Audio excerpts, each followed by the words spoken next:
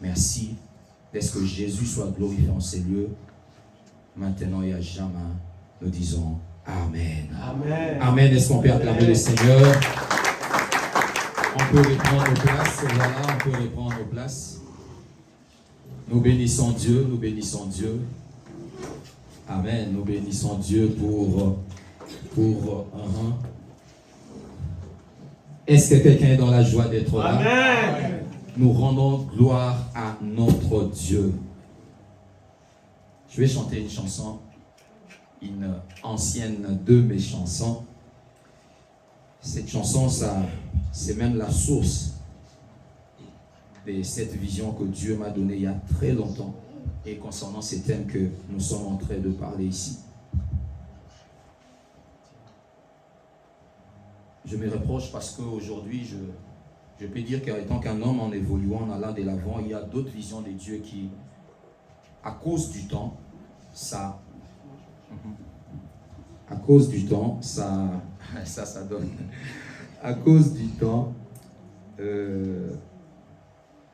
ça change, ça commence à changer. Et ma prière, c'est toujours vers Dieu que Seigneur, je veux reprendre cette vision-là.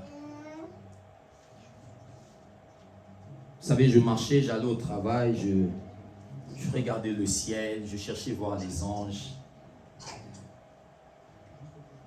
Pour moi, comme les chrétiens de Thessalonique, je voulais voir le Seigneur revenir.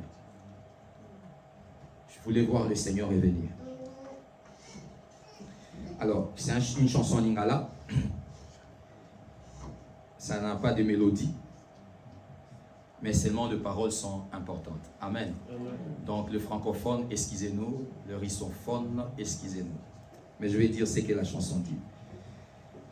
Yesu akoya, Yesu akoya, Yesu akoya, kutele manali kolo. Yesu akoya, Yesu akoya, Yesu akoya, kutele manali kolo.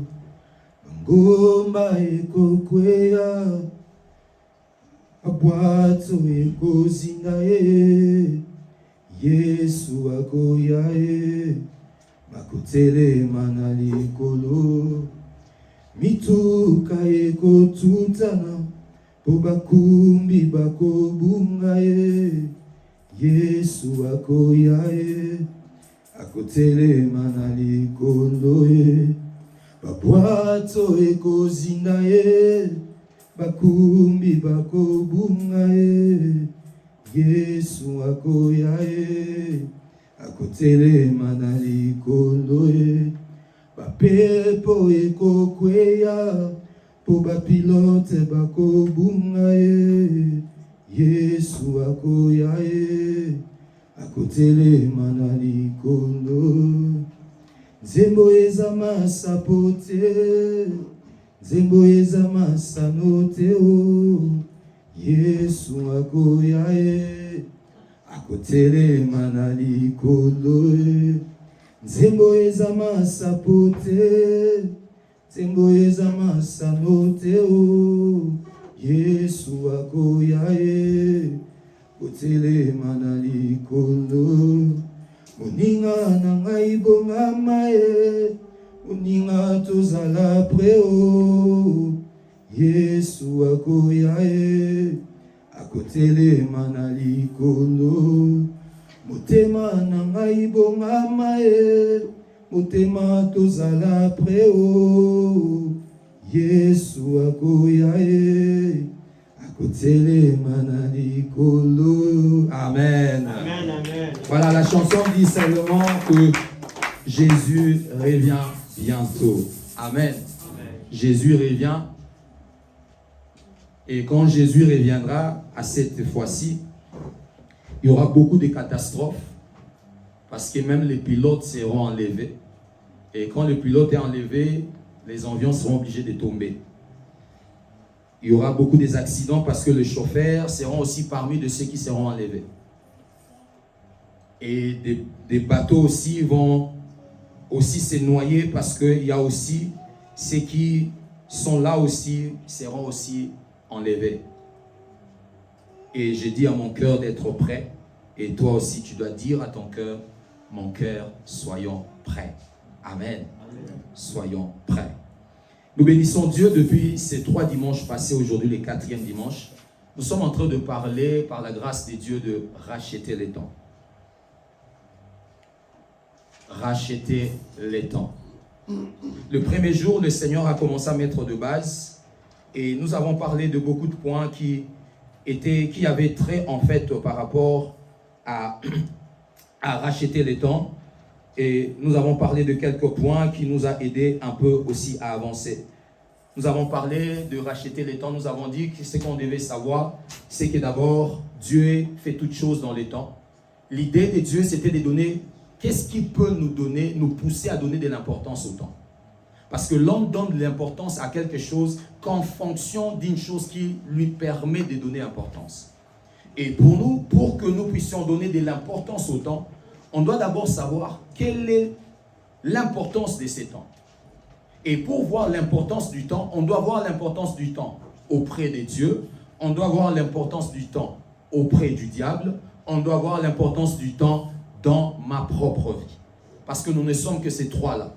Il y a Dieu le créateur, il y a moi la créature, et il y a Satan l'adversaire. Nous tous, nous utilisons le temps. Dieu n'est pas dans les temps, mais utilise les temps parce que sa création est dans le temps. Papa Germain nous avait bien dit ça, dans Genèse 1. Dieu, quand il a tout créé, il a tout mis dans les temps. Et comme c'est Dieu est obligé d'agir, de manifester des choses dans les temps, il était important pour nous de savoir que Dieu utilise les temps. Dieu utilise les temps. Et on a parlé aussi du diable, parce que nous ne sommes pas seuls, et nous avons un adversaire, quelqu'un qui nous combat. Parce que sur la terre, si le diable n'était pas, la vie allait être facile. Amen. Amen. On n'allait même pas avoir de problème si le diable n'était pas sur la terre. Apocalypse 12:12, la Bible nous dit que le diable est descendu avec une grande colère, 11:12, animé d'une très grande colère, sachant qu'il a peu de temps. Et en utilisant le diable, on a compris aussi que notre adversaire, le diable, c'est lui qui nous empêche de faire beaucoup de choses. Lui aussi considère le temps. Quand il doit nous attaquer, quand il doit faire ses plans contre nous, quand il doit mettre une maladie, quand il doit t'empêcher de te marier, quand il doit t'empêcher de voyager, quand il doit t'empêcher d'avoir un enfant, quand il doit t'empêcher, il agit dans le temps. Ce n'est pas parce que ça se manifeste aujourd'hui que c'est brusque. Non, le diable l'a préparé. Il l'a planifié. Parce que lui aussi, ses actions sont dans le temps. Parce que ses actions sont contre nous. Et nous, nous sommes dans le temps. Donc, ses actions, à lui aussi, il a. Et on a dit que ce qui est plus grave, c'est de savoir que le diable a peu de temps. Parce que lui, qui, on peut dire, il n'a pas l'éternité, mais c'est un esprit ne meurt pas. Mais il dit qu'il a peu de temps. Et combien plus forte raison, nous, des humains qui mourrons. Et il était aussi question de voir chez nous, nous aussi, nous avons peu de temps, dans le sens où nous sommes mortels. Ce qui nous pousse à racheter les temps, c'est de savoir que nous sommes mortels. Si tu peux oublier toute chose, un jour je peux mourir, ou un jour je vais mourir. Si tu penses seulement qu'un jour je vais mourir, tu vas bien agir sur la terre. Amen. Un jour je vais mourir. À chaque fois que tu veux faire une chose, amène ça seulement. Ah, mais je vais mourir. Ah, je vais mourir. Tu vas faire bien des choses. Amen. Amen. Je veux bien faire des choses. Il n'y a pas une chose qui, j'aime le dire, c'est la mort qui définit la vie. La vie ne se définit pas par la vie. Or, aujourd'hui, le diable, le monde veut que l'on définisse la vie par la vie. Non. La vie ne peut pas nous définir la vie. L'homme ne définit pas l'homme, c'est Dieu qui définit l'homme. Parce que ce qui doit nous définir doit être plus que. Or, nous savons que notre vie sur la terre ne résiste pas à la mort. La vie que j'ai tant qu'humain aujourd'hui ne résiste pas à la mort.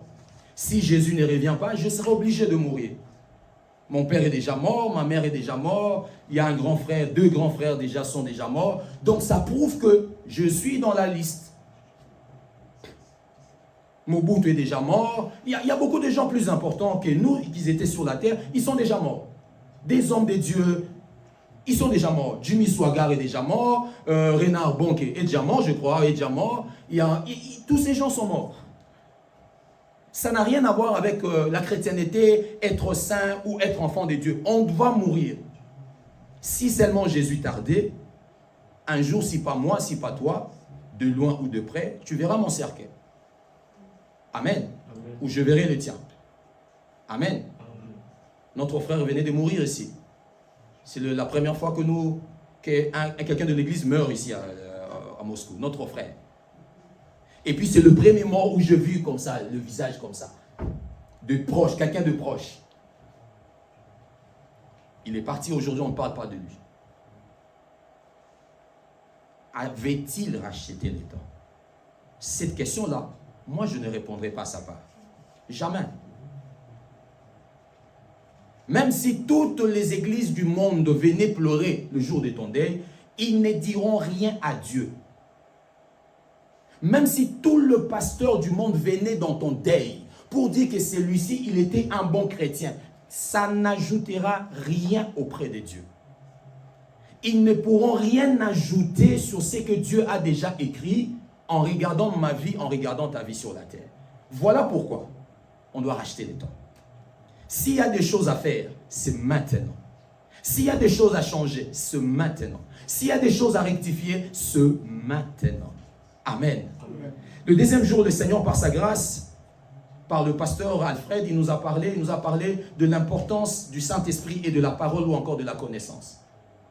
Comment on peut racheter les temps en étant rempli du Saint-Esprit? Parce que le Saint-Esprit sur la terre, c'est un peu comme les enfants d'Israël ils devaient quitter l'Égypte pour aller à Canaan. Ils ne savaient pas la route. La Bible dit qu'ils ne savaient pas la route. C'est l'Esprit qui leur guidait. La route vers l'éternité, nous ne le savons pas. Quand je parle de la route vers l'éternité, je ne parle pas de la route comme tracée. Je suis en train de parler des éléments, des choses qui font que notre éternité puisse demeurer. Je suis en train de parler des œuvres. Éphésiens 10, la Bible dit que Dieu nous ayant été créés en Jésus, ayant été créés en Jésus-Christ, la Bible dit pour de bonnes œuvres que Dieu a préparées d'avance pour que nous pratiquions. C'est-à-dire le chemin de l'éternité, ce n'est pas un chemin de vagabondage. Ce n'est pas un chemin de, comment on dit, des gens qui n'ont rien à faire, qui ne font rien. Même Jésus a dit, la Bible dit que celui qui ne travaille pas ne mange pas. Le chemin de l'éternité, c'est un chemin où on doit faire des choses pour en arriver là-bas. Et ces choses, ce n'est pas nous qui les faisons. Nous le faisons bien sûr, mais par le Saint-Esprit. Et c'est le Saint-Esprit de pouvoir nous enseigner. Les enfants d'Israël ont murmuré parce qu'ils n'étaient pas enseignés, qu'ils ne devaient pas murmurer contre Dieu. Et ils sont morts. Ils ont murmuré contre Aaron parce qu'ils ne les savaient pas et ils ont été enterrés. Donc le chemin de l'éternité, il ne s'agit pas que je suis sauvé, le salut est là-bas, mais pourquoi Dieu nous laisse sur la terre? Pourquoi encore nous sommes sur la terre? Si tout est déjà fait, c'est que ce soit le bien et le mal que nous ferons ne comptera pas. Parce que tout est déjà gagné quand nous sommes nés de nouveau. Dieu, de la même façon que la création, Dieu crée et Dieu forme. Notre salut a été créé en Jésus-Christ. Ça doit être formé. Et la formation de notre salut, pour le toucher, on a besoin de marcher avec le Seigneur. Et ça, le Saint-Esprit est mieux placé pour nous enseigner parce qu'il vient de là. Le Saint-Esprit est Dieu, il sait tout ce que Dieu sait, il sait tout ce que Dieu veut, alors c'est lui qui va nous enseigner, sachant que, Dieu n'aimera pas ça, ne fais pas ça. Non, ici, ne dis pas ça, Dieu n'aimera pas ça. Il va nous conduire afin que tout en allant, parce que chaque jour nous avançons et vers la mort et vers l'éternité, et vers l'enfer. Amen. Amen. Nous allons vers ça, vers la mort, et la mort nous ouvre des portes, l'éternité auprès de Dieu, l'éternité auprès du diable. Donc il était question de parler de la connaissance et de l'Esprit de Dieu. La connaissance est très important parce que la parole de Dieu, c'est ça notre miroir. La parole de Dieu, c'est ce qui nous permet de savoir ce que Dieu veut. Ce sont des manuscrits. Quand tu achètes un appareil, il y a toujours un petit livre là qui Si tu ne sais pas manier, mais le livre peut bien te dire. Et ça, c'est la parole de Dieu. La parole de Dieu, si nous voulons racheter les temps, on doit mettre nos yeux sur la parole de Dieu. Et non pas le mettre seulement chez les hommes ou les hommes de Dieu. Amen. L'homme de Dieu ne remplacera jamais la Bible. Tu peux t'attacher à un homme de Dieu qui, lui, n'est pas attaché à Dieu. Tu peux t'attacher à un prophète, à un homme de Dieu qui, lui, n'écoute pas de Dieu. Tu peux écouter d'un homme de Dieu qui n'écoute pas de Dieu. Mais il y a un grand danger. Attache-toi à un homme de Dieu qui, lui, il écoute de Dieu. Et là, tu as l'assurance que ce qu'il me dit, ça vient de là. Ils avaient assurance envers Moïse parce qu'ils voyaient comment Moïse montait à la montagne et Moïse allait écouter Dieu. Et à chaque instant que Moïse descendait, ils savaient que cet homme venait de parler à Dieu. Alors tout ce qu'il nous dira, ça vient de Dieu. Amen. Amen. Ça vient de Dieu. Ne nous attachons pas de nous seulement parce que nous avons un nom, le pasteur, le prophète, le docteur, l'apôtre. Non, non, non, non. Tu dois avoir l'esprit pour savoir est-ce que cet homme parle de Dieu. Parce que na monate menayoka. Amen. Il y a des gens qui sont restés avec des hommes de Dieu. Amen, la bière ici, ça fait quoi? Si tu veux, est-ce que combien de bière? Il y aura un signe. Il te donne un verset. Et ça, si lui le prend, toi tu le prendras double. Il t'évangélise et tu deviens évangéliste de ce que tu as vu. Donc il était question de l'esprit. Et Papa Jardin est venu nous parler par la grâce de Dieu, par le Saint-Esprit. Il nous a encore martelé comment on pouvait racheter les temps. Il a d'abord insisté sur quelque chose de très important. Que racheter le temps, c'est très important de savoir, nous rachetons le temps d'abord pour l'éternité. Cette phrase a été dite pour l'éternité, pas pour les choses de la terre. Je l'ai dit au premier jour qu'on peut l'appliquer. On ne refuse pas. Je peux appliquer, racheter les temps pour gagner les études ou avoir le diplôme, pour avoir le mariage. Mais ça ne s'applique pas ça. N'amenons pas d'abord la parole de Dieu là où elle ne doit pas être sans l'amener d'abord là où elle doit être. Elle doit d'abord être là où elle doit. C'est quand on rachetait le temps, on a racheté l'éternité, c'est alors qu'on peut racheter le mariage, on peut racheter toutes ces choses. On n'aura même pas besoin d'y travailler. Jésus a dit chercher le royaume des cieux, c'est ce qu'on doit chercher. Mais écoute ce qu'il dit, et toutes choses vous seront données. Vous cherchez, et les restes vous seront donnés. Mon action, c'est d'abord dans ce que je cherche, l'éternité. Ce qui n'est pas éternel, Dieu les donnera. Mais Dieu ne te forcera pas sur l'éternité. Dieu ne te forcera pas l'éternité, non. Ça, toi, tu dois le chercher. Mais ce qui est sur la terre, lui, il te donnera. Et il a parlé des choses, racheter les temps. Il a insisté sur ça, mais il a aussi parlé que racheter les temps, c'était aussi quelquefois rester sur place. J'avais aimé ça. Quelquefois. Parce que racheter les temps donne l'idée de courir. C'est ce que l'homme de Dieu avait dit. Ça donne l'idée de courir, d'aller vite, de mettre la vitesse, le volume. Non. Souvent, racheter les temps dans la vie quotidienne, courante, c'est des fois croiser les bras. Et yo fandi abakayo ezakunana. Na fandi kayute ponzamba bina na fanda boue. Amen. Il y a des gens qui sont sortis comme ça par la pression des gens et ils ont été arrêtés. Amen. Donc voilà un peu quelques résumés de tout ce que le Seigneur nous a parlé. Aujourd'hui, on va avancer toujours dans comment des éléments qui nous permettent de racheter les temps. Il y en a tellement, tellement. Moi-même, je suis resté, je dis, mon Dieu, qu'est-ce qu'on va dire, qu'est-ce qu'on va dire. Papa Germain est là, il est là. Si on lui donne encore, il va encore parler d'autres choses. Donc, il y a tellement de choses. Le pasteur Akadji l'a dit. Le terme est tellement très vaste. Mais Dieu, par sa grâce, chaque année, il nous donnera et on y reviendra d'une manière ou d'une autre. Mais dans ces thèmes, on reviendra chaque année par la grâce de Dieu. Parce que ce sont des thèmes d'avertissement. Sortez du milieu d'eux, rachetez les temps. Ça sera dans cette église comme un son de trompette. Pour sonner à chaque instant, nous faire revenir. Parce que l'apôtre Paul dit, tant que j'ai la vie, je me tiendrai à vous faire des avertissements. Il dit, même des choses que vous savez, je veux encore vous avertir. Parce que trop souvent, on oublie trop des choses que nous savons bien. Amen. Amen. Racheter les temps. Racheter les temps, qu'est-ce que cela pourrait encore aussi vouloir dire? Voilà. Racheter les temps. Par quoi pouvons-nous encore racheter les temps? On nous a parlé par le Saint-Esprit, on nous a parlé de tous ces éléments que je viens de dire. Aujourd'hui, il était dans mon cœur par le Saint-Esprit fortement de parler premièrement de l'élément racheter les temps pour l'éternité. On le rachète aussi par le pardon. Tu veux racheter, je veux racheter mon éternité. C'est le pardon. Ici, le pardon, le Saint-Esprit le dit dans des aspects. Le pardon que nous recevons de Dieu, mais aussi le pardon que nous donnons aux autres. Mais je parlerai que de pardon que nous recevons de Dieu. Parce que le pardon que nous recevons de Dieu vient aussi par le moyen du fait que nous donnons aux autres. Nous pardonnons aux autres. Matthieu chapitre 6, il dit que pardonne-nous nos offenses comme nous pardonnons. C'est-à-dire au fur et à mesure nous pardonnons les autres, Dieu arrive à nous pardonner. Mais si nous voulons aussi racheter les temps par rapport à notre éternité, pendant que nous sommes sur la terre, nous voulons racheter les temps. Bien-aimés dans le Seigneur, on doit être des hommes et des femmes, de chrétiens, qui ne se lassent pas de recevoir le pardon de Dieu.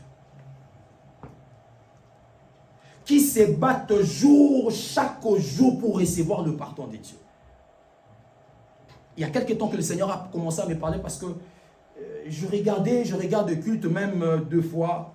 Je regardais, c'est-à-dire 2 fois demander pardon est devenu synonyme d'être un grand pécheur. C'est-à-dire demander pardon 2 fois est devenu critiquable même. Pour dire que lui demande pardon, c'est-à-dire c'est que Masumupe le Kebele. Bien-aimé dans le Seigneur, ce n'est pas ça. Le pardon est un grand atout que Dieu nous a accordé pour pouvoir aller au ciel. Le pardon. Oui, on a été pardonné, mais nous péchons encore tout au long de notre vie. N'est-ce pas? On pêche chaque jour. Chaque jour, nous trébuchons. Mais comment devons-nous s'en sortir d'un Dieu qui est saint? La Bible dit qu'on doit être sans rute, ni tache, ni chose semblable. Mais comment nous allons être comme ça? Comment? Comment nous allons devant Dieu sans tache, sans péché? Dis-moi un peu. Parce que Dieu ne tolère pas le péché au ciel. Dieu ne tolérera jamais le péché. Mais comment moi qui pêche chaque jour, je peux aller au ciel sans péché? Comment? Parce que personne n'ira au ciel avec le péché. Personne. Mais comment ça se passera? Parce que chaque jour je pêche. Aujourd'hui je péchais. Demain je vais pécher. Mais est-ce que je le pêche parce que je le veux ou je m'attache à ça? Non. Parce que je trébuche chaque jour. Il m'arrive de tomber chaque jour. Mais comment vais-je racheter les temps? C'est en acceptant le pardon de Dieu. Ou en quelque sorte, je dirais, en se repentant quotidiennement et chaque jour, chaque fois. Amen. Amen. Vous savez, aujourd'hui, la repentance, c'est le moment le plus dans la prière où les gens ne veulent pas parler. C'est le moment où les gens diminuent le son. C'est le moment où les gens disent, bon, je ne vais pas parler. Ou encore, c'est le moment où les gens disent, mais ne dis pas vrai, ne dis pas comme il le faut. Il y a un texte dans la Bible, dans le livre prophétique, je crois, dans Jérémie, je crois, le chapitre entre Jérémie et Ézéchiel. Le Seigneur dit quelque part, il dit, je prête oreille, j'entends ce peuple parler, mais il ne parle pas comme il devrait parler. C'est-à-dire, ces peuples se répandent, ces peuples parlent à Dieu, mais quand Dieu écoute, Dieu dit, c'est pas ça qu'il devait dire. C'est pas ça qu'il devait dire. Et aujourd'hui, quand on demande pardon, c'est Seigneur, Seigneur, pardonne-nous, pardonne-moi mes péchés, pardonne mes péchés, Seigneur, je suis tombé. Bien-aimé dans le Seigneur, ce type de demander le pardon, bien-aimé, vous savez, Dieu des fois il parle, Dieu des fois ne parle pas. Amen. C'est très grave de savoir qu'on a été pardonné, mais on n'a pas été pardonné. Amen. C'est très grave. Je répète encore, Dieu fait les choses selon les principes. Même quand Dieu doit pardonner, il faut que le principe du pardon soit là. Il ne s'agit pas que tu dis seulement, Seigneur, pardonne-moi mes fautes, pardonne-moi. Oui, je vais parler. Non. On prend tellement la légère le pardon. Bien aimé, le pardon c'est important plus que... Moi je dis c'est important plus que tout. Parce que c'est avec le pardon que je suis encore dans la présence de Dieu. Ce n'est pas parce que je suis saint. Ce n'est pas parce que je fais des efforts. Ce n'est pas parce que je lis la Bible. Ce n'est pas parce que je prêche. Ce n'est pas parce que je connais comment marcher avec Dieu. Non. Ce qui nous maintient dans la présence de Dieu, c'est le pardon. Je dis toujours concernant le couple ou concernant le mariage. Quand vous voyez les gens, ils ont fait 30 ans, 40 ans, ils ont fait 40 ans de mariage, on va lingana, te eza bolingote. J'ai aimé ce qu'un homme de Dieu avait dit. Il a dit, c'est pas l'amour qui garde les gens dans le mariage. C'est pas l'amour. Quand vous voyez ces gens, ils disent qu'on a fait 30 ans, 40 ans. Balingana makas. Ya maman bolingate. Oui, balingana. Mais bolingote de salibaza bongo. C'est le pardon.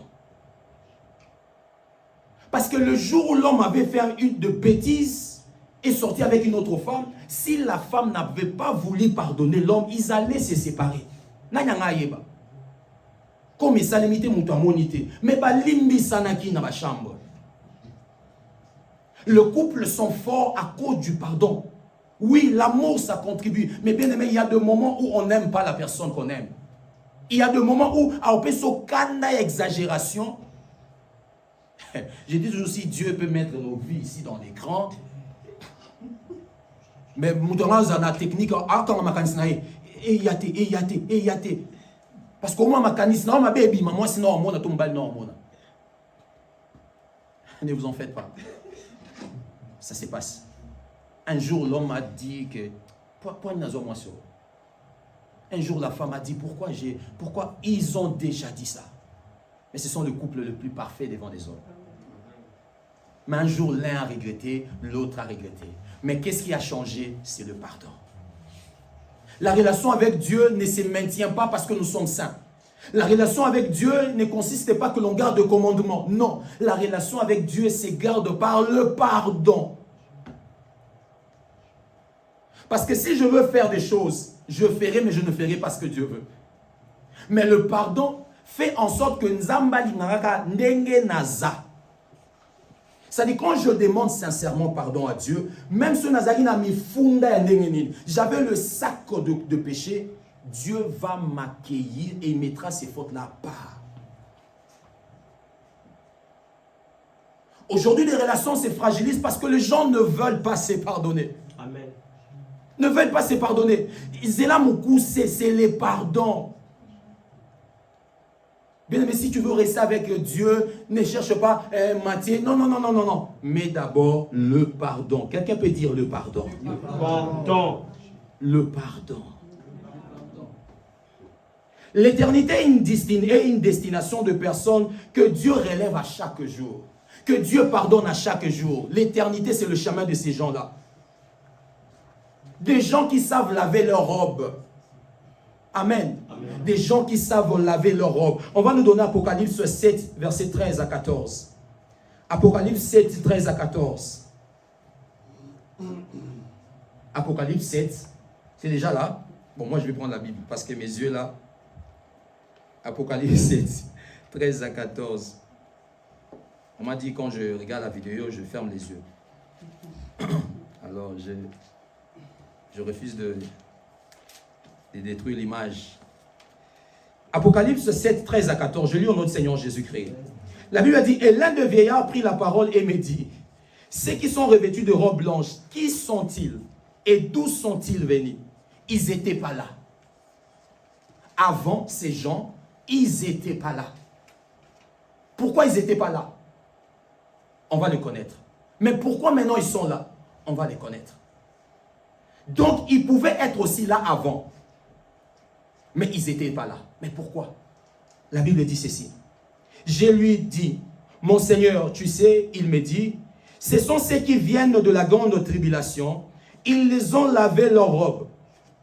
Et ils les ont blanchis dans le sang de l'agneau. On parle de la tribulation, l'époque qui viendra après l'enlèvement. Il y aura 7 années de tribulation, 3 demi-années qui sera un peu normal, on peut résister, mais 3 demi-années où ça sera tellement terrible. Amen. Ça sera terrible. Vaut mieux pour nous de ne pas être là et on ne sera pas là. Et ceux qui sont restés dans la grande tribulation, ici maintenant l'ange le voit, Jean le voit, et il demande, mais ils n'étaient pas là, ils viennent d'où? Il dit non, ils sont venus de la tribulation. Pourquoi ils sont maintenant là? Parce qu'ils ont lavé leur robe. Le symbole de laver leur robe, c'est-à-dire qu'ils ont obtenu le pardon, la rémission du péché. Ils les ont obtenus. Donc ce sont des gens qui étaient là, qui menaient leur vie, et qui faisaient du mal, mais qui ne s'approchaient pas de Dieu pour obtenir le pardon. On ira au ciel pas parce qu'on est parfait. Le parfait est dans le pardon. Le parfait de l'homme que Dieu enlèvera est dans la repentance.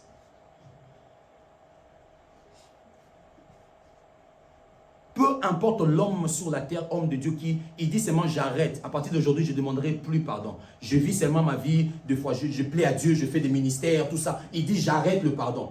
Il n'ira pas au ciel. Il risque de rater le ciel. Parce qu'il fera toujours des fautes.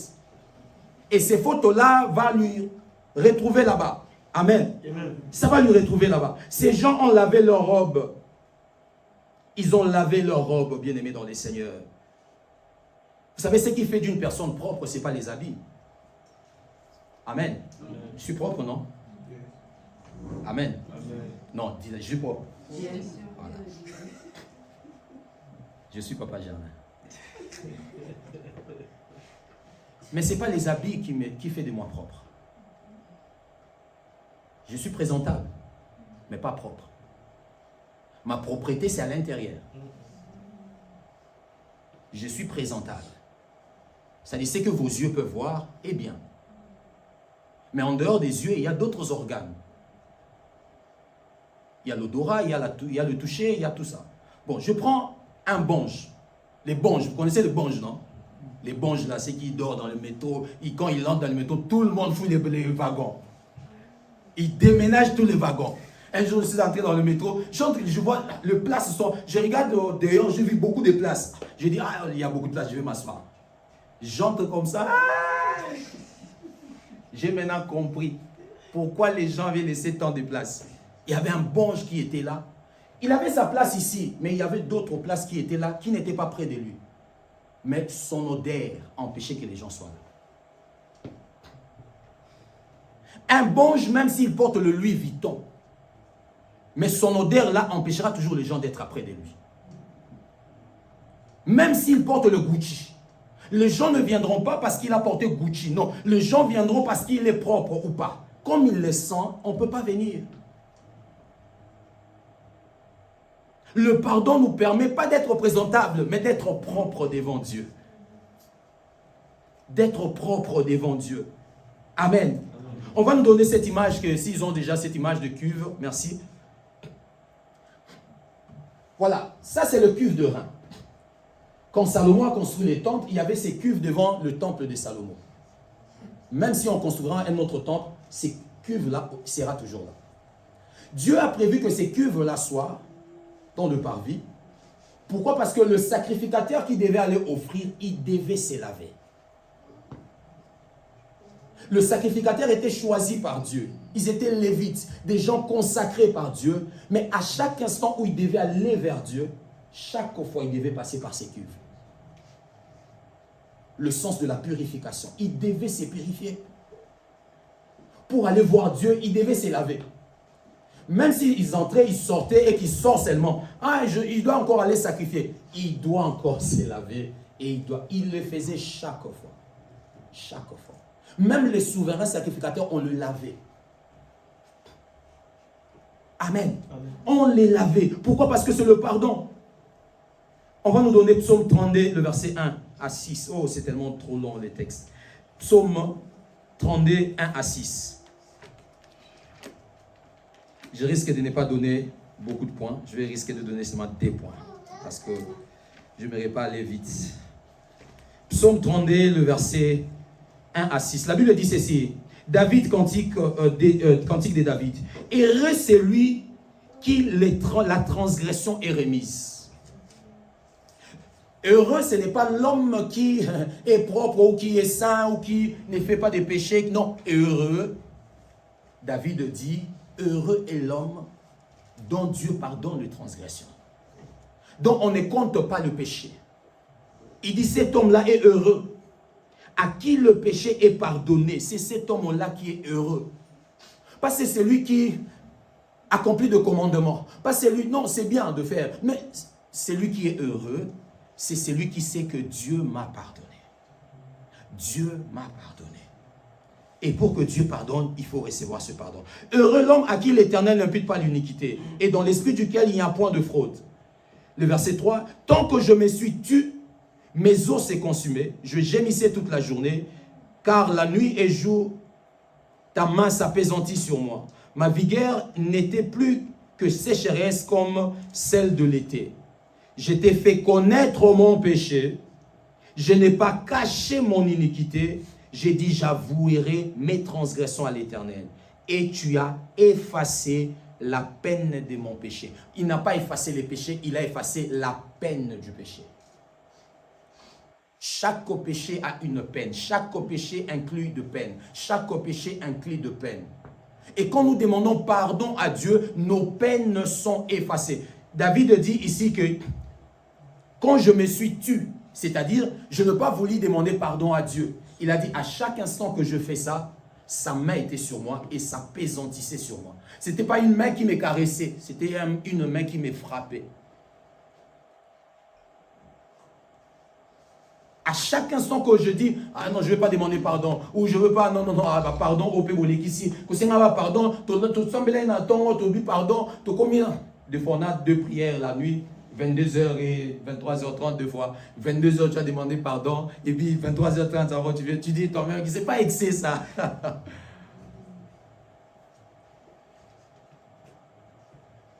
Dans 1 heure, combien de péchés peut passer sur toi? Avec des téléphones. Beaucoup. Tout dépend de ce que toi tu dis est péché. Parce que toi tu veux pécher, que ce soit un acte, tu veux que ce soit quelque chose de physique, il faut que ce soit quelque chose de palpable, il faut que ce soit toutes ces choses-là. Oh, Dieu regarde le cœur. Dieu regarde nos pensées.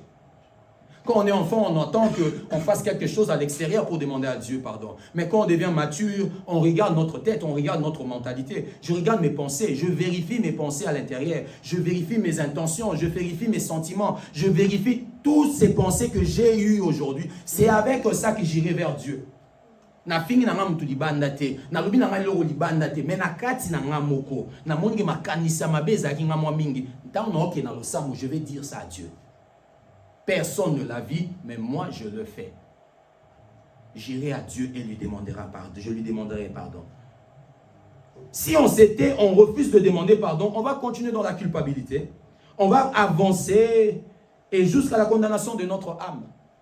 Parce qu'on a refusé juste de demander pardon à Dieu. De profiter de ces temps qui est le pardon. Proverbe 28, 13. La Bible dit, celui qui cache ses transgressions ne prospère pas. Celui qui cache ses transgressions ne prospère pas.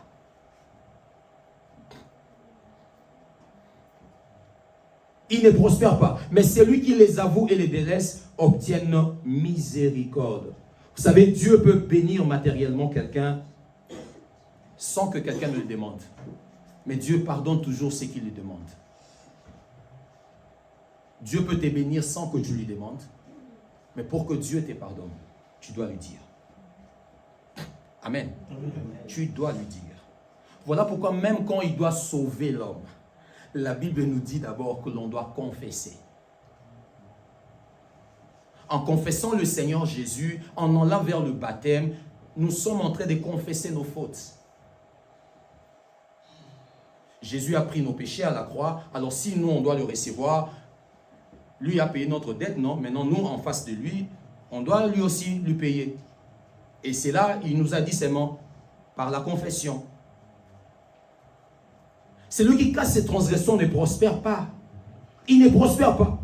Dieu peut bénir matériellement quelqu'un sans qu'il lui demande, mais Dieu pardonne toujours lorsqu'on vient, on lui dit, Seigneur, pardonne-moi. Amen. Amen. Et le pardon a des étapes. La première étape du pardon, c'est d'abord la reconnaissance du faute. La reconnaissance du faute. Si tu n'as pas l'habitude de reconnaître tes fautes, oui, on ne va pas chercher en tout moment citer, mais on doit reconnaître ce qui est palpable au-dedans de nous. Parce que nous avons une conscience. Souvent, ce qui est d'abord reconnaissable, on laisse ça, on ne demande pas pardon pour ça, on part à prendre des listes, parce que tu dis que la liste, c'est un ensemble. Ah, qui peut être Seigneur, il m'a kanisa imingité. En dehors, il y a beaucoup de kanisa non ma bête. Et là, ça n'est ma bête en moula. C'est un pardon pour les locaux. Te oh yo comme kilo, oh yé na marambo peut-être les kilo te panzambe. Pourquoi? Parce que les gens ne veulent pas être devant le Seigneur. Ils ne veulent pas devant être la sainteté de Dieu. Alors il sait que bon, il risque d'être religieux. Seigneur, pardonne-moi, j'ai eu des pensées mauvaises pour mes frères et sœurs. Ozaï non maran sabat ma bête. Mais ça n'est l'homo ça ota oyiba. Toko saki. O escrocaki. Ça c'est palpable. On doit reconnaître nos péchés. Il doit d'abord reconnaître. Le pardon, ça vient d'abord reconnaître sa faute. Mais deuxièmement, on doit l'avouer. Avouer, c'est-à-dire le dire à Dieu maintenant. Je le reconnais au-dedans de moi, je prends conscience de ça. Et puis, je l'avoue. La Bible dit, c'est lui qui casse ses transgressions ne prospère pas. Il dit, mais c'est lui qui l'avoue. Il doit le dire. Il doit avouer quoi? Sa transgression, ce qu'il avait fait. Pas autre chose, ce qu'il avait fait. Et deuxièmement, ce que l'on oublie trop souvent, c'est de laisser. Biso pardon zara loba. On a enseigné le pardon, dis seulement à Dieu et Dieu va te pardonner. Non. En dehors de dire à Dieu, on doit, sur les champs dans la prière, on doit nourrir la mentalité d'abandonner. Dieu doit nous voir avec une attitude, une volonté spirituelle à pouvoir s'éloigner. On ne s'est pas encore éloigné, mais notre attitude dans la prière doit montrer à Dieu que nous avons déjà eu la volonté de s'éloigner. Dieu doit le voir. Et pour le voir, tu dois rester dans la prière. Voilà pourquoi pardon, tu dois rester là. Quand tu demandes pardon, ça passe sur toi, ça tourne sur toi. Tu commences à avoir des paroles, tu commences à sentir le besoin. Pourquoi tu as le besoin pour abandonner? Ça doit être dans la prière. Voilà pourquoi trop souvent, on demande pardon, quand on part, on fait la chose. On demande pardon, on part, on fait la chose. Pourquoi? Parce que là, dans la présence de Dieu, là où on doit avoir la force, il ne nous voit pas avec l'attitude de délaisser. La Bible dit, avouer et le délaisse. Obtenir miséricorde vient après la phrase délaisser. Quelqu'un se pose la question, mais comment Dieu, comment je vais laisser une faute si je n'ai pas la force? Et avant d'abord Dieu qui me pardonne, comment je vais laisser? On ne dit pas de laisser physiquement. Retiens toujours, d'abord spirituel, après matériel. Créer et puis former. Dieu doit le voir en toi d'abord. En toi. Avant que Caïn tue son frère, Dieu l'a vu dans Caïn. Dieu n'a pas conseillé Caïn quand Caïn commençait à frapper Abel. Dieu a conseillé Caïn quand il a vu la pensée dans la tête de Caïn. Si on peut avoir des pensées prédisposées au mal, on peut avoir aussi des pensées prédisposées au bien. Et Dieu est capable de les lire aussi. Amen. Il a dit à Daniel, dès le premier jour où tu as commencé, il a vu sa prédisposition. L'exemple concernant le pardon par rapport à l'éternité, on peut prendre l'exemple de ces voleurs à la croix.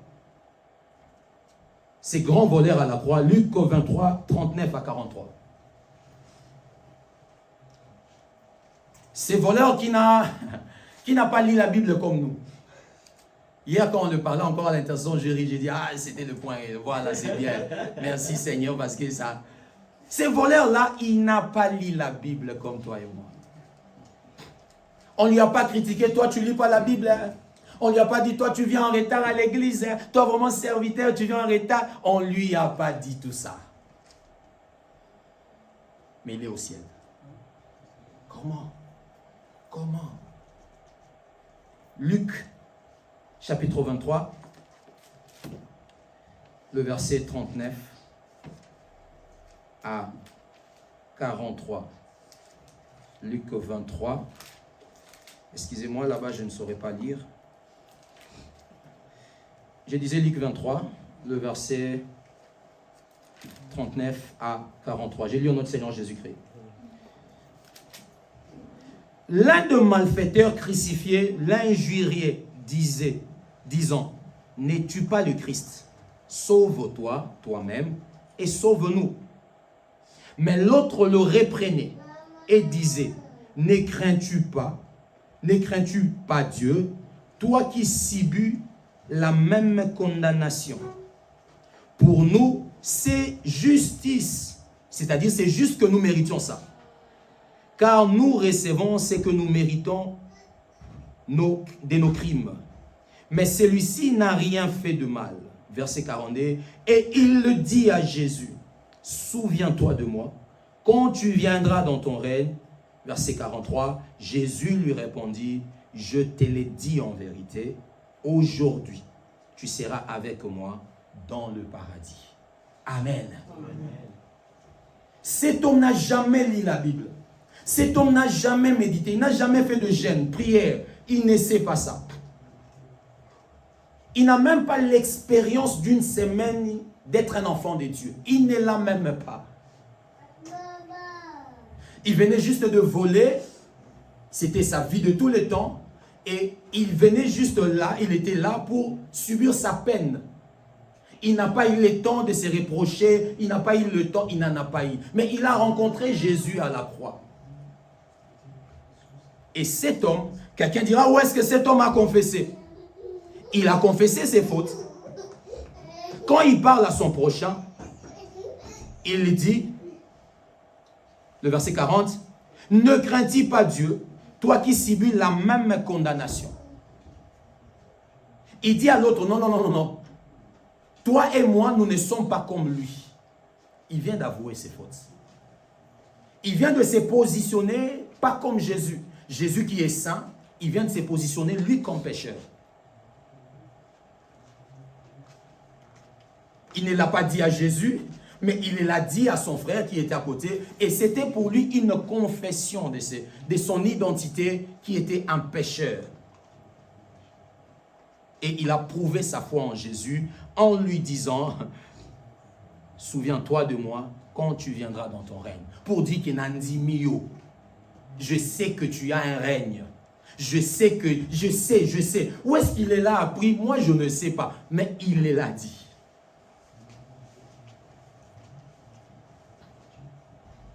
Ces grands voleurs qui n'ont pas l'expérience spirituelle que nous avons, qui n'a pas prophétisé, qui n'a pas donné des paroles de connaissance, paroles de sagesse, qui n'a pas fait des miracles, qui n'a pas fait... Mais il est allé au ciel avant tout le monde. Pour Abraham, ça n'a jamais même été dit comme ça. Qu'aujourd'hui. Mais lui, on lui a dit aujourd'hui. Moïse a bunga tu éviter place à Kenda, mais tu évites à Kazabuna. Mais on lui a pas dit ça. Mais lui, le voleur, on lui a dit aujourd'hui.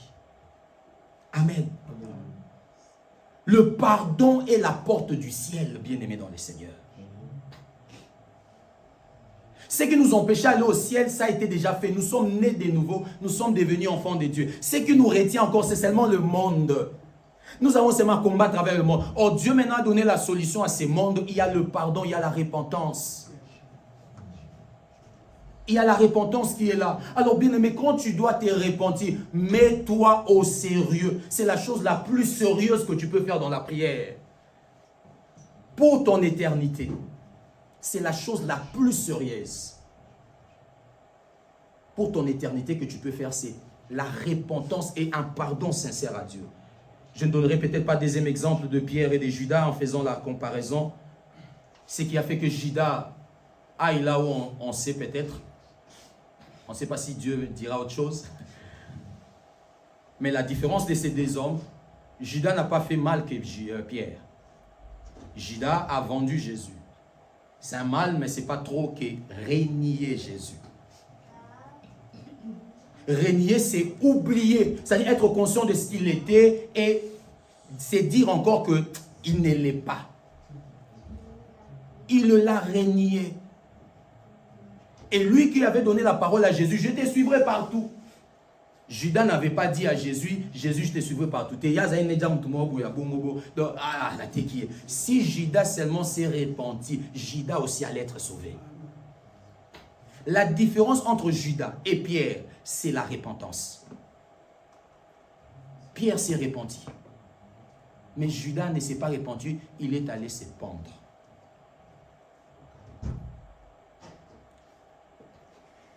Dieu n'a pas dit qu'il n'allait pas pardonner Judas. La Bible dit seulement malheur à celui. On parle de malheur par rapport à l'acte qu'il allait poser. Mais la suite, c'était possible que Judas puisse se repentir. Mais il n'a pas choisi cette voie. Il a choisi de se faire justice et il est allé là où il doit aller.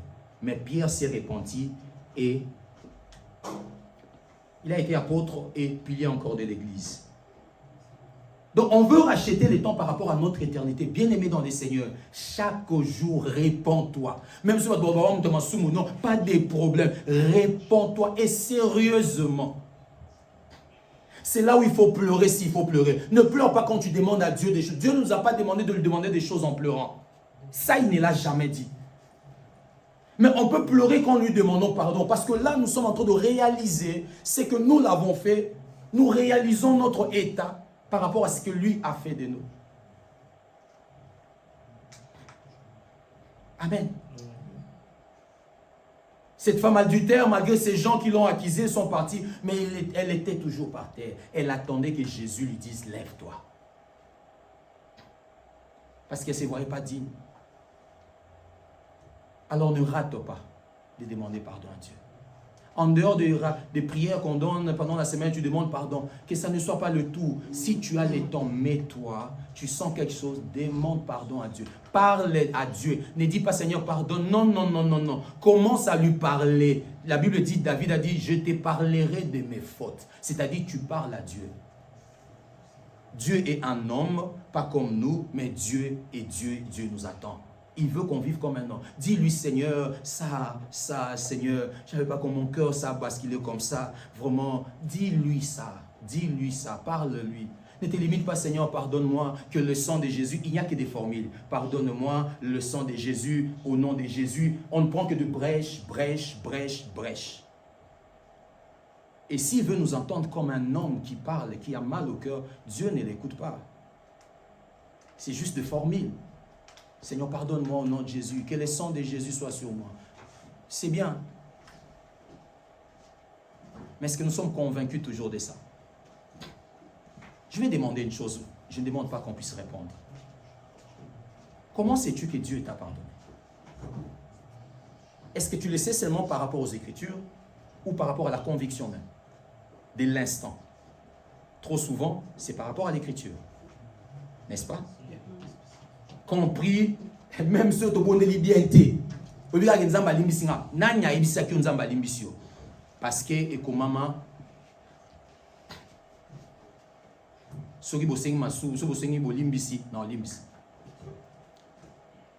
parce que c'est écrit. Mais Dieu, quand il a dit, dans la phrase, d'une phrase de Dieu, tu peux oublier ça, dissertation et belé nakati. Dieu dit une chose, mais tu ne sais pas pourquoi il a dit, comment il a dit, dans ce qu'il a dit, qu'est-ce qui est dedans. Dieu n'a pas dit ça. Il a dit, vous quitterez l'Égypte, vous irez à Canaan. Mais maman et non, c'est ça, la meilleure façon de sentir le pardon, c'est à l'instant. Lui doit te le faire sentir. Celui qui doit te pardonner doit te le faire sentir. C'est bien la conviction de la parole de Dieu parce que nous agissons dans la foi. Nous recevons le pardon aussi par la foi. C'est bien. Le pardon se reçoit d'abord par la foi. Ça, je n'exclus pas. Mais dans une certaine dimension, nous avons un Dieu vivant. Il doit nous le faire sentir des choses. Moi, si ton bal soit à Limbiso, il faut... Ils ont dit que Limbiso, mais il faut y aller. Mais, au bal de Limbiso, il faut y aller. Tu vois, c'est que Limbiso m'a quitté.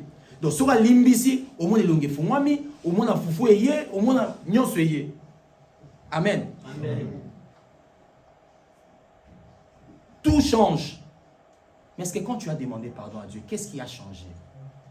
Est-ce que as-tu senti Dieu différemment par rapport à quand tu avais péché? Amen. Amen. Deuxième élément. J'ai dit je parlerai que de 2, il y en avait 4. 4 même c'était peu, mais ça n'a pas pu aller. le temps va nous presser. Maintenant, il y a une église qui vient après nous à 15 heures.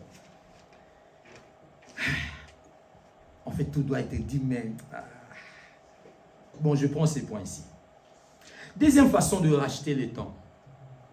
Pas deuxième façon, comme... non. Ma deuxième façon, dont le Seigneur m'a inspiré, c'est de pouvoir... Attendez. Attendons d'abord l'Esprit qui parle, parce que ces points sont tellement...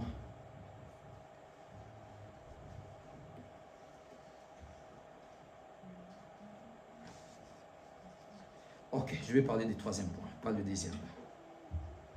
Sinon, le deuxième point, on en avait parlé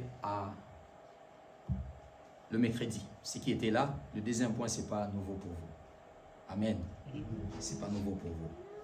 Mais deuxième point, dans le cadre de cette prédication, c'est la maturité. La maturité. Si nous voulons racheter le temps par rapport à notre éternité, et tant qu'enfants de Dieu, nous devons grandir spirituellement. Nous devons grandir spirituellement.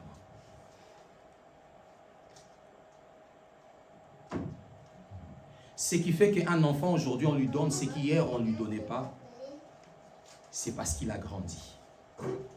Pas parce qu'il est enfant, mais parce qu'il a grandi.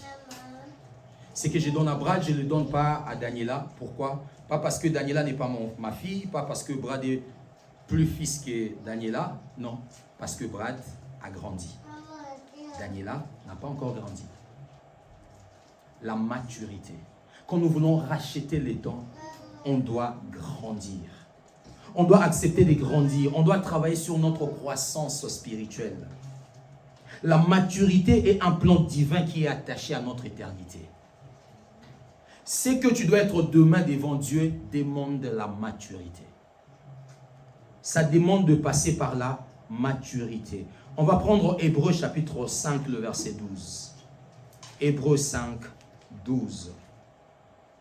Hébreux 5, 12. J'ai lu au nom du Seigneur Jésus-Christ.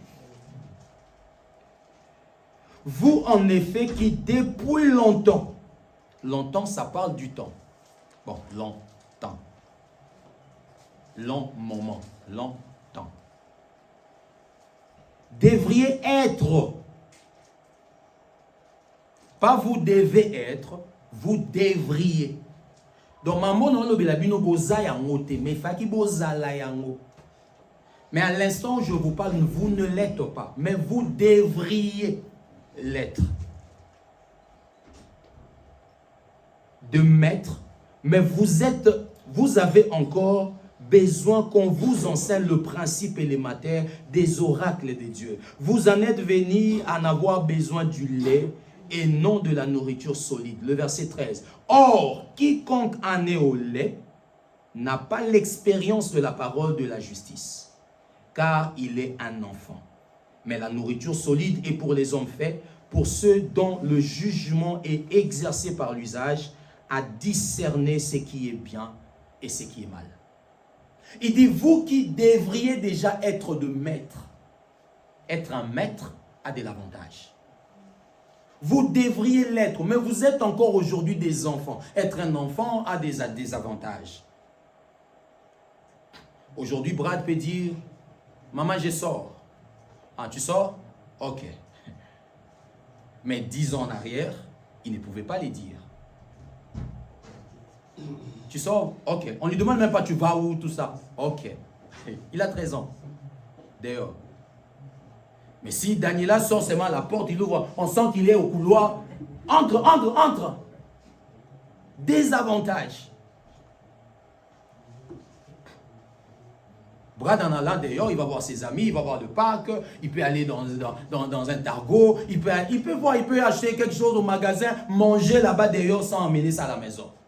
Ça a des avantages. La maturité est importante pour notre éternité. Très important pour notre éternité. Premièrement, important pour notre éternité parce que notre éternité a besoin de la stature de Christ. Quand Dieu nous a sauvés, il a fait de nous à l'image de Christ. Notre être spirituel à l'image de Christ. Et cette image-là, nous devons la voir. Voilà pourquoi la Bible parle dans Éphésiens chapitre 4, 11, on descend, je ne vais pas lire. On nous parle que le saint ministère a été donné pour perfectionner les saints, pour les amener à la maturité, afin que la stature de Christ soit révélée. Cette stature-là est importante. Ça ne vient que par la maturité, en grandissant. En acceptant de grandir, c'est alors que la maturité, la stature de Christ pourra apparaître. C'est tellement important pour notre stature. C'est très important. 1 Corinthiens 13, le verset 11. La Bible dit, lorsque j'étais enfant, l'apôtre Paul dit, je parlais comme un enfant. Je pensais comme un enfant. Je raisonnais comme un enfant. Lorsque je suis devenu homme, je fais disparaître ce qui était de l'enfance. Amen.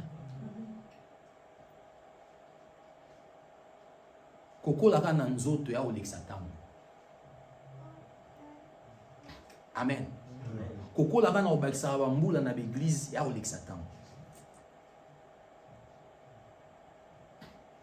Je disais à ma femme, j'ai dit, cette année, en parlant toujours de racheter les temps, j'ai dit, cette année, j'ai perdu beaucoup de temps. Beaucoup, énormément. Je perdis beaucoup de temps spirituellement. Moi, votre pasteur, j'ai dit, j'ai perdu beaucoup de temps.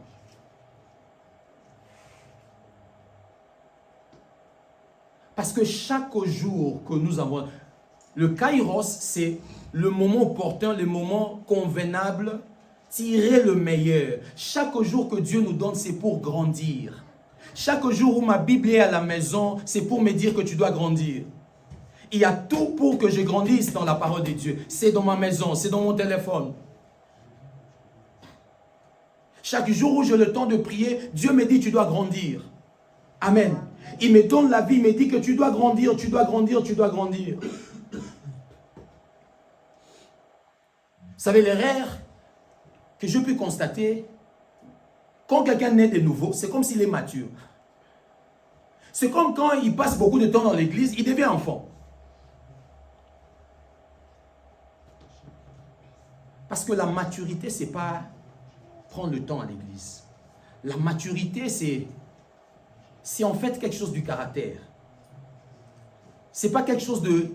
La maturité est liée à la connaissance, mais ce n'est pas la connaissance. Ce n'est pas connaître beaucoup qu'on est mature. Non.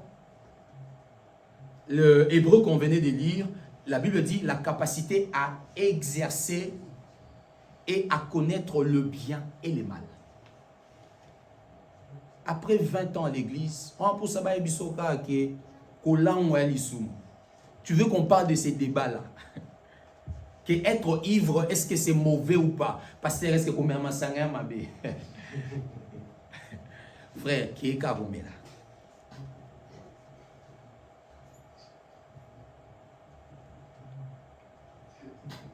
Pasteur, ouais, balouba dans la Bible, que non. Pourquoi tu cherches ce qu'il n'y en a pas? Bible m'a embellé comme même yol wara m'a embellé zalate. Ça c'est quelle recherche? À l'envers, on cherche des choses qu'il n'y a pas. Ce qui n'est pas écrit, c'est ce qu'on cherche. C'est que l'esprit est du diable. Parce que c'est le diable qui, en donnant à Jésus des versets, il se disait qu'il n'y en aura pas un autre qui pourra contredire. La maturité nous permet de gagner le temps. La stature de Christ. Nous grandissons. La vie de Christ commence à paraître. C'est par la maturité, quand nous grandissons spirituellement. Pas quand nous venons à l'église beaucoup. Pas quand nous ne ratons pas le culte. Non. Quand nous devenons matures. Mais deuxième des choses dont la maturité fait par rapport à notre éternité, la maturité nous permet de résister à des tentations. Au niveau de la tentation, la maturité joue un rôle. 1 Corinthiens 10, 13, la Bible dit « Aucune tentation ne vous est survenue qui ne soit humaine. Et Dieu qui est fidèle ne permettra pas que vous soyez tentés au-delà de vos forces. Mais avec la tentation, il prépare le moyen d'en sortir, afin que vous puissiez la supporter. Dieu prépare un moyen. Le moyen de Dieu, c'est de nous demander, soyez matures. Vous savez, la tentation qui t'attend dans 5 ans, quand tu auras peut-être 200, 400 000 $ dans le compte bancaire, toutes les filles qui sont là-bas, amen, toutes les boîtes de nuit qui seront ouvertes à côté de ta maison, tu achèteras en 2, 3 niveaux, là-bas, dans 2 ans, 5 ans. Et c'est là. Le toi d'aujourd'hui, tu ne pourras rien là-bas. Si tu ne grandis pas, tu seras ce qui est aujourd'hui, c'est celui qui doit tomber. Et quand tu arriveras à ce temps-là, tu arriveras avec un âge spirituel qui ne pourra pas résister à la tentation. Dieu ne nous laisse pas être tentés dans n'importe quel âge. Non, je ne tenterai pas l'enfant, les petits-enfants qui sont là. Ce n'est pas le même épreuve qu'on donne à Dimer, c'est qu'on donne à Isaac. Ce n'est pas le même épreuve. Quand on donne l'épreuve à un enfant, on sait en fait l'âge qu'il a. Si tu ne grandis pas dans 5 ans, il y a un péché qui est là dans 5 ans. Il y a une tentation. Des grandes sommes d'argent, il faut pas engager dans entreprise à monnaie au caissier. Il y aura une occasion d'amener $1 million. Mais ça demandera que ce qui est tué aujourd'hui, il doit grandir pour qu'il résiste à ça. Vous savez ce que nous sommes devenus aujourd'hui? On n'a rien, on a 0,0. Ce que nous sommes devenus aujourd'hui, ceux qui sont ici dans Marambouakala, alors ça va légal. Amen. Les opportunités que nous avons aujourd'hui, nous sommes venus en Russie très tôt. Moi, j'étais... Les checkers qui sont venus ici, ce sont des petits checkers. Moi, au début, j'étais un véritable checker. Je ne checkais pas les gens, mais j'avais l'intelligence de beaucoup de choses. Je savais où faire quoi, comment faire quoi. J'étais presque les amis de vrais checkers, les checkers un peu, pas ce que vous savez ici. Aucun de ce que vous savez, on était ensemble. Amen. Aucun. Si on n'avait pas changé, tous en bas, papa Gerland, on parle 2 fois. Au moment où on va bien, est-ce que tu peux me chercher l'invitation? Oui, l'argent, il y en a, il y a $800. Non, je ne vais pas venir ici. Cherche un autre endroit pour aller ici. Quelqu'un m'avait appelé, un frère, un ami de la France, m'a appelé, il voulait venir, il était à l'Angola, place Mbongoza. Il voulait quitter l'Angola pour venir avec toute sa famille. Si on avait été qu'une invitation, tonne. Invitation dans la zone 250, 750, ils étaient 4. J'allais avoir combien? J'allais avoir $3000.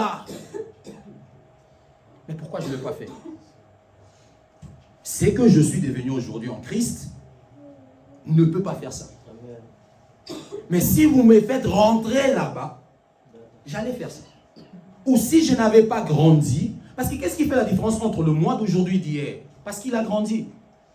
Il a grandi spirituellement.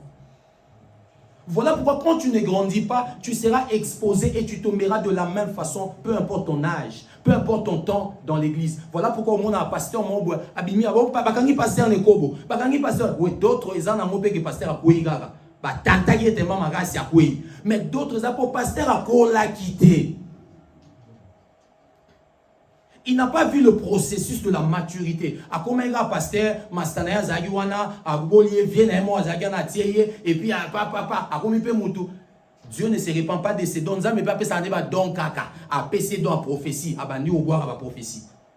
Mais il n'a pas songé de grandir.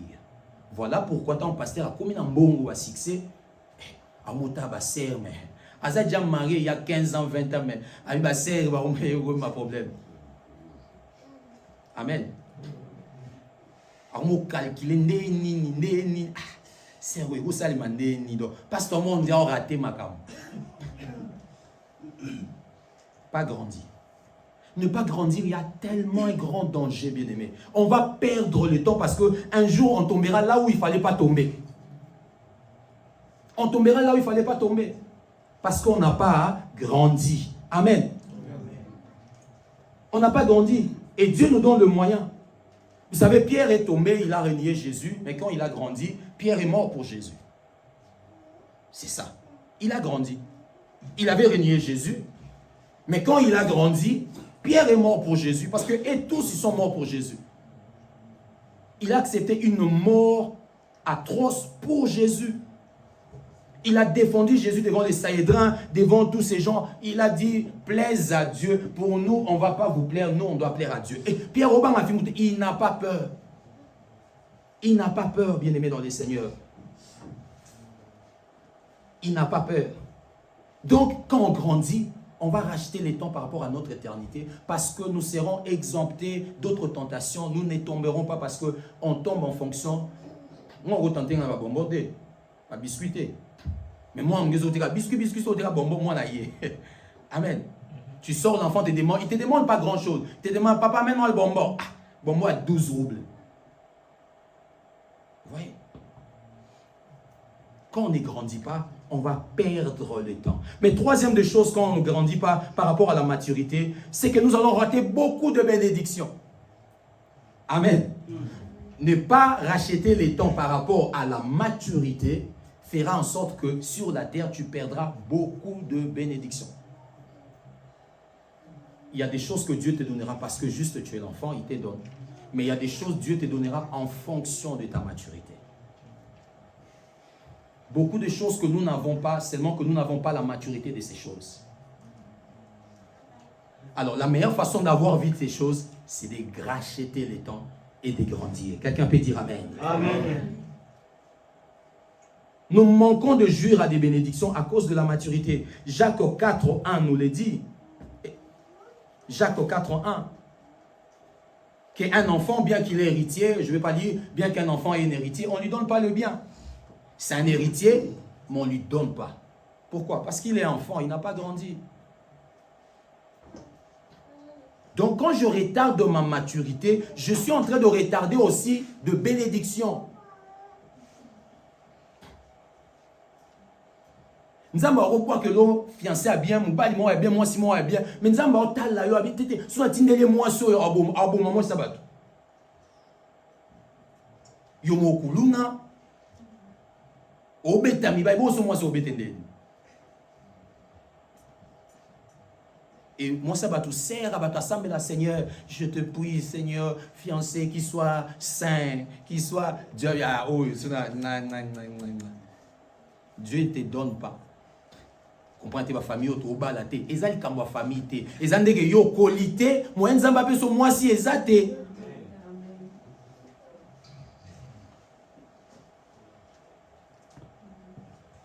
La maturité retarde de bénédiction. Change ta mentalité, tu verras beaucoup de choses commencer à venir. La mentalité. Un enfant, on ne lui donne pas tout. On dit, on lui donne dans des tutos. On lui met entre les mains de tuteurs. Ils vont gérer ses biens. Gérer ses biens.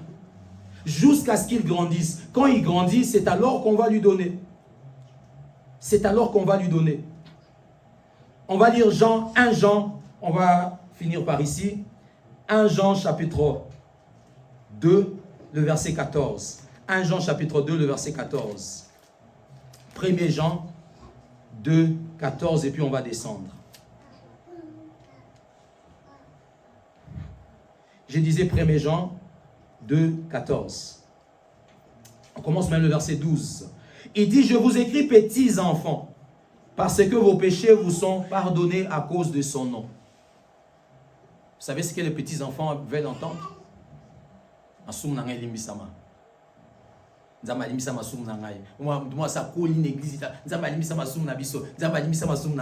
dit ça, c'est petits enfants. Il veut seulement savoir s'il est pardonné ou pas, les péchés. Petits enfants. Il dit, je vous écris père. Pas père spirituel, hein? Père. Amen. Parce que vous avez connu celui qui est dès le commencement. C'est très important. Il dit, le père est celui qui a connu celui qui est de le commencement. C'est-à-dire, ce n'est pas un Dieu d'aujourd'hui. C'est-à-dire, depuis le commencement, il connaît que c'est le même Dieu jusqu'aujourd'hui. C'est-à-dire, il ne change pas son attitude vis-à-vis de Dieu. Les années passent, il croit toujours en Dieu. Les années passent, il craint toujours Dieu. Les années passent, il obéit toujours à Dieu. Ça, c'est un père. Il ne change pas en fonction des situations, en fonction des événements. Il est un père, il sait que l'événement peut venir, qui n'est pas bien, ça passera, mais Dieu restera. Ça, c'est un père. Les tentations, les épreuves viennent, ça passera. Ça, c'est un père. Il n'a pas l'argent pendant 10 années, mais il garde sa foi. Ça, c'est un père. Ça, c'est un père. Il dit, vous avez connu celui qui est dès le commencement. Il parle aux jeunes gens. Il dit, je vous écris, jeunes gens, parce que vous avez vaincu le malin. Les jeunes gens aiment vaincre. Amen. Ils aiment gagner le combat. Combat, tout le monde. Combat spirituel. Combat, combat. Les jeunes, ils ont encore le sang de bouger dans la prière. Les jeunes, c'est bien. Les jeunes veulent savoir qu'ils ont vaincu. Mais regarde, ils veulent le répéter encore. Regarde ce qui va changer encore. Le verset 14. Et le verset toujours 13. Il dit, je vous écris, petits gens, vous avez vaincu le mal. Il dit encore, je vous ai écrit, petits enfants, parce que vous avez connu le Père. Un enfant veut savoir son Père. Il dit, je vous écris, Père, parce que vous avez connu celui qui est dès le commencement. Ça n'a pas bougé. Pour le Père, ça n'a pas bougé. Pour les petits enfants, c'était le péché et puis c'était le Père. Ils ont connu qu'ils étaient pardonnés et ils ont connu le Père. Pour le Père, ils ont connu celui qui était depuis le commencement. Quand il le répète, il répète la même chose pour le Père. Amen. Il répète la même chose pour le Père. Il dit maintenant, je vous écris, jeunes gens, parce que vous êtes forts, il ajoute, et que la parole de Dieu demeure en vous et que vous avez vaincu le malin. Amen. Il parle de ces âges-là, petits enfants, jeunes et pères, pour montrer que la maturité est très importante. On va finir par ici. J'aime toujours ces textes, ou encore l'illustration de ces textes. Quand Abraham a voulu mourir, il a voulu léguer ses biens à Isaac, mais il ne l'a pas donné. Avant de léguer ses biens à Isaac, il a voulu rendre Isaac mature. Il a dit à son serviteur, va d'abord chercher une femme, à Isaac. Et quand la femme est venue, Isaac est devenu marié. Et Abraham a su maintenant, Isaac est responsable. Et la Bible parle après, Genèse 25, le verset 5, la Bible dit Isaac et Abraham donna tous ses biens à Isaac. Pourquoi avant de lui donner le bien, il a d'abord voulu qu'Isaac puisse avoir une femme? Parce que c'est aussi un signe, même humainement, pour montrer aussi que, bon, il est quand même mature. Bon, malgré aujourd'hui, ce n'est pas le cas. Les immatures mariés, pas de problème. Mais dans la Bible, c'est quand même important de voir que, surtout qu'au temps d'Anciens, les hommes étaient des chefs. Mais jusqu'aujourd'hui aussi. Amen. Les femmes, amen. Amen. Voilà, jusqu'aujourd'hui même. La Bible dit jusqu'aujourd'hui. Le chef, ce n'est pas l'idée, ce n'est pas tous ces mots que vous mettez. Le chef, c'est juste que Amen. Et Isaac a pris le bien parce que le Père a vu qu'Isaac menait devenir mature. Il y a beaucoup de bénédictions, bien-aimées dans le Seigneur, qui n'attendent que ta croissance spirituelle. Qui n'attendent que tu grandis spirituellement. Tant que tu n'as pas grandi, Dieu te regarde, il te voit que tu vas gaspiller ce qu'il t'a donné. Il te voit que ça risque même de te tuer ce qu'il t'a donné. Combien n'avons-nous pas écouté des histoires, des gens ont été bénis et après une semaine, il est mort. Combien de gens ont eu de maladies, de sida à cause seulement parce que la vie l'avait souri un moment et il s'est dit que je dois me lancer dans tout. Bien-aimé dans le Seigneur, on veut gagner le temps. On doit savoir devenir mature. On doit laisser à l'Esprit de Dieu de nous rendre matures. On doit travailler nous-mêmes à la maturité. On doit travailler parce que la maturité ne se travaille pas. Le Saint-Esprit lui travaille, nous on croise le bras. Ou nous on travaille, le Saint-Esprit croise les bras. La maturité, ça se travaille avec Dieu lui-même. Avec Dieu lui-même. Je ne parlerai pas de comment on devient mature ou comment non. Ça, ce n'est pas le cas aujourd'hui. Mais on sait quand même, ça fait très longtemps qu'on est à l'église. On sait comment. La maturité vient avec beaucoup de choses. Grandissons, bien-aimés dans les Seigneurs. Et tu verras beaucoup de choses s'ouvrir et on gagnera les temps. 2 éléments aujourd'hui, on a dit seulement le pardon et la maturité. Je voulais parler de la révélation et je voulais parler aussi de amasser dans le ciel. Mais par la grâce de Dieu, Dieu nous parlera plus tard. On va s'élever, on va prier le Seigneur. On va s'élever, on va prier le Seigneur. en préparant en écoutant Dieu par rapport à ces messages, vraiment mon cœur était dans le pardon. Mon cœur était là. Mon cœur était là.